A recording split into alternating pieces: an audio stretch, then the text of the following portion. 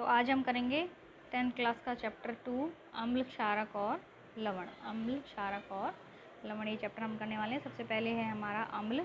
ये स्वाद में खट्टे होते हैं, नीले लिटमस को लाल में बदल देते हैं, जलीय विलयन में हाइड्रोजन आयन देते हैं। अब नीले लिटमस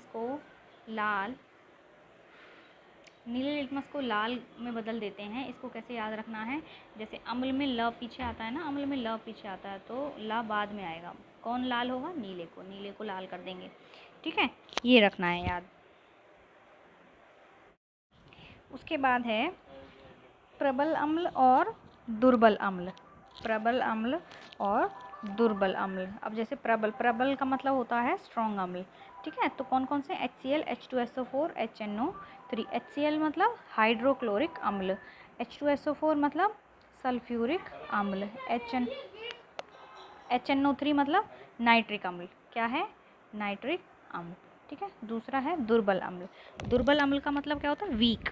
दुर्बल मतलब वीक जो होंगे।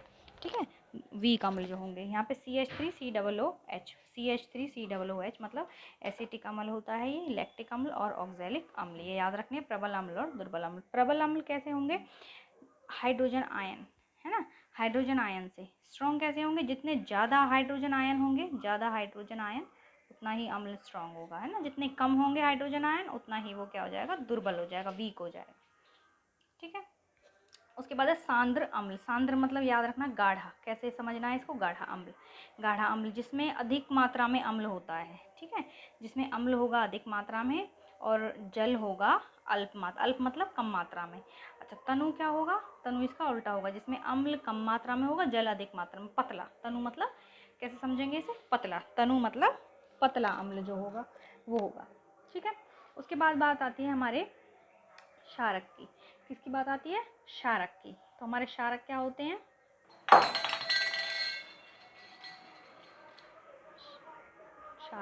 क्षारक हमारे क्या हैं? ये स्वाद में कड़वे होते हैं। कैसे होते हैं? स्वाद में कड़वे होते हैं। ठीक है, ये लाल लिटमस को नीला, उसमें वो नीले को लाल करते हैं, यहाँ ये लाल लिटमस को नीला कर देंगे। जलीय विलयन में हाइड्रोक्साइड आयन देते हैं। जलीय विलयन में हाइड्रोक्साइड आयन देते हैं। और जैसे अम्ल में प्रबल और दुर्बल होते हैं, ऐसे क्षारक भी प्रबल और दुर्बल होते हैं। प्रबल कौन से होंगे? Sodium hydroxide, potassium hydroxide, calcium hydroxide. तो ये Na क्या है? सोडियम। OH को बोलेंगे हाइड्रोक्साइड। K क्या है? Potassium hydroxide, calcium hydroxide. ठीक है, तो जिसके भी पीछे OH लगा हो, ये याद रखने का तरीका, जिसके पीछे OH लगा हो वो क्या हो जाएंगे? क्षारक हो जाएंगे। ठीक है, और दुर्बल क्षारक कौन सा है? NH4OH, ammonium. NH4 होता है अमोनिया, अमोनियम हाइड्रोक्साइड। ठीक है, ये हो जाएगा। उसके बाद है क्षार। अब यहाँ पे अंतर देखो, लिखने में क्या अंतर है? ये क्षारक क, इनके पीछे क है और यह है क्षार। ठीक है, जल में घुलनशील क्षारक को क्षार कहते हैं। जो क्षारक हमारे जल में घुल जाते हैं उन्हें बोलते हैं क्षार। उनको क्या कहेंगे? क्षार। और वो कौन कौन से हैं? NaOH, sodium hydroxide, potassium hydroxide, magnesium hydroxide. ठीक है, तो ये याद रखने हैं कि क्षार क्या होते हैं हमारे, क्षार क्या होते हैं और क्षारक क्या होते हैं। उसके बाद बात आती है लवण की, है ना। उसके बाद है लवण। लवण क्या होते हैं? अम्ल व क्षारक की परस्पर अभिक्रिया से प्राप्त होता है। जब अम्ल और लवण मिलते हैं, अम्ल और क्षारक मिलते हैं तो हमारा बनता है लवण। ठीक है, तो हमारा बनता है लवण। तो इसमें एक सेकंड, हाँ, तो लवण हो जाएंगे ये। अम्ल और क्षारक से मिलकर बनेंगे लवण। अम्ल और क्षारक की परस्पर अभिक्रिया से प्राप्त होता है लवण। उदाहरण है NaCl और KCl, है ना, सोडियम क्लोराइड और पोटेशियम क्लोराइड, ये हो जाएंगे। अच्छा, अम्ल प्लस लवण मिलकर बनाते, सॉरी लवण नहीं, अम्ल प्लस क्षारक। ठीक है, अम्ल प्लस क्षारक मिलकर बनाते हैं लवण। अब ये जो लवण है, लवण की प्रकृति कैसी हो सकती है? लवण अम्लीय भी हो सकता है और क्षारीय भी हो सकता है। ठीक है, अम्लीय कब होगा? और उदासीन भी हो सकता है। ठीक है, क्या हो सकता है? अम्लीय, क्षारकीय और उदासीन। ठीक है, ये तीन याद रखनी है। इनकी लवण की प्रकृति अम्लीय हो सकती है, क्षारकीय हो सकती है और उदासीन हो सकती है। अम्लीय कब होगी? जब जो अम्ल और क्षारक मिलकर लवण बना रहे हैं, उसमें जो अम्ल है अगर वो बहुत प्रबल है, कैसा है?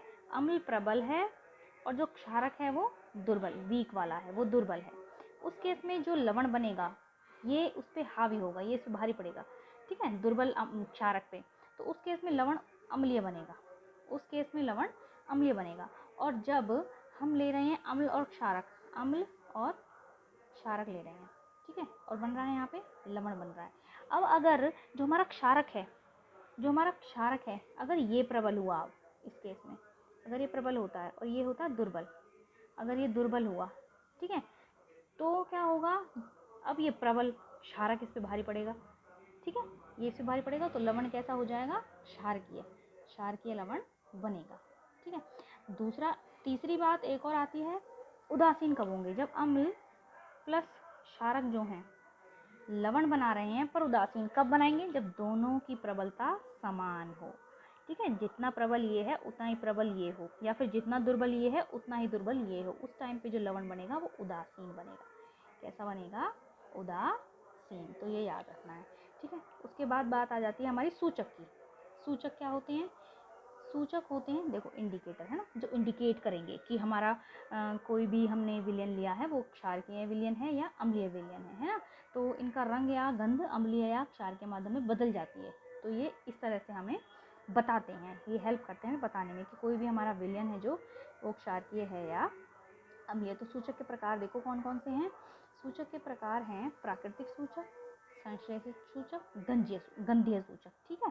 प्रकृति में पाए जाते हैं वो होंगे कृत्रिम, जो हम खुद से बनाते हैं, और गंधीय जो गंध के द्वारा हमें बताते हैं कि कोई भी विलयन अम्ल है या क्षारक है। तो प्राकृतिक सूचक कौन से होते हैं, ये पौधों में पाए जाते हैं, लिटमस, लाल पत्ता गोभी, हाइड्रेंजिया पौधे के फूल, हल्दी, ठीक है। और वो कृत्रिम कौन से होंगे, ये रासायनिक पदार्थ होते हैं, मेथिल ऑरेंज, फेनेफ्थलीन, ये होंगे कृत्रिम।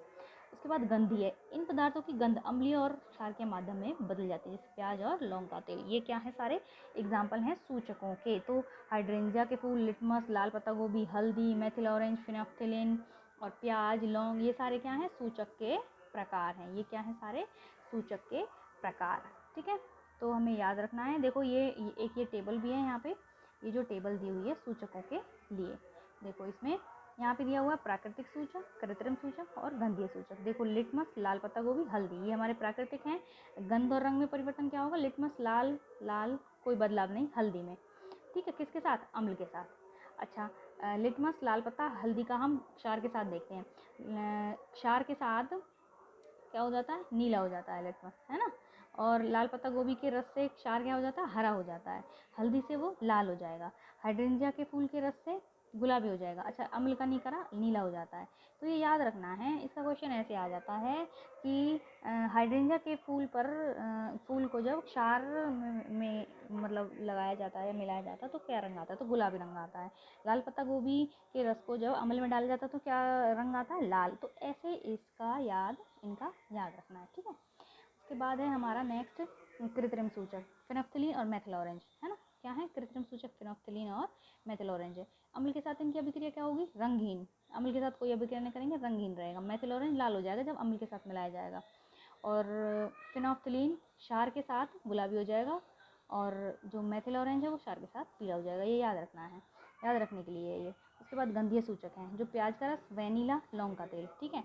जब अम्ल के साथ प्याज का रस मिलाया जाता है तो तीक्ष्ण गंध आती है, और क्षार के साथ कोई गंध नहीं आती। अगर कोई गंध नहीं आएगी तो हम समझ जाएंगे कि जो हमने लिया है वो क्या है, हमारा क्षार है। अब ऐसी वेनिला को जब अम्ल के साथ लगाते हैं तो समान गंध वैसी की वैसी रहती है, ठीक है, और उसमें क्षार से कोई गंध नहीं आती। लौंग के तेल में समान गंध रहती है अगर अम्ल में मिलाते हैं, और अगर क्षार मिलाते हैं तो कोई गंध नहीं आती। तो इस तरह से हमें ये वाली टेबल से क्वेश्चन जरूर आते हैं, 1 नंबर वाले, ठीक है। तो ये सारे बच्चे कर लेंगे, एक बार इसको देख लेंगे अच्छे से।